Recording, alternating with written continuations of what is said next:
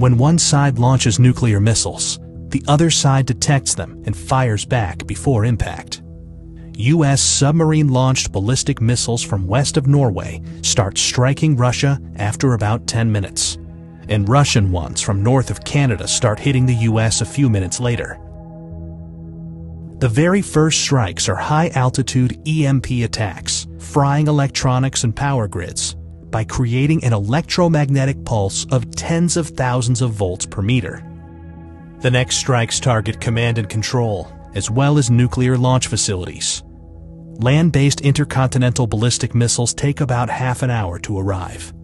Major cities are targeted, both because they contain military facilities and to stymie the enemy's post-war recovery.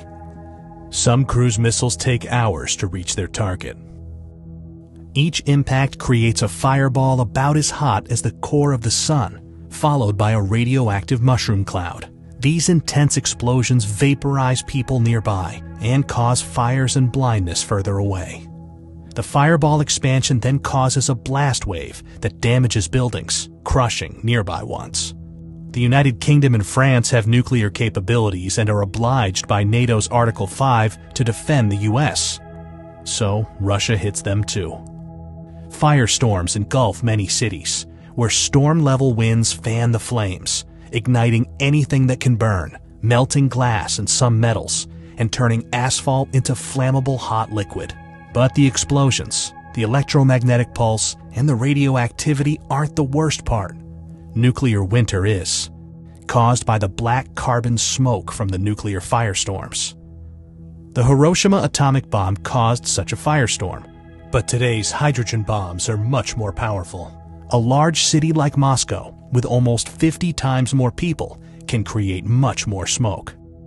And a firestorm sends plumes of black smoke up into the stratosphere, far above any rain clouds that would otherwise wash out the smoke. This black smoke gets heated by sunlight, lofting it like a hot air balloon for up to a decade. High-altitude jet streams are so fast that it takes only a few days for the smoke to spread across much of the northern hemisphere.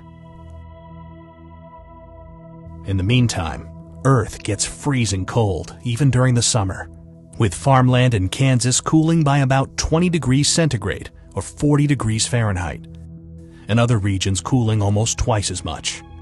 A recent scientific paper estimates that over 5 billion people could starve to death, including around 99% of those in the United States, Europe, Russia, and China.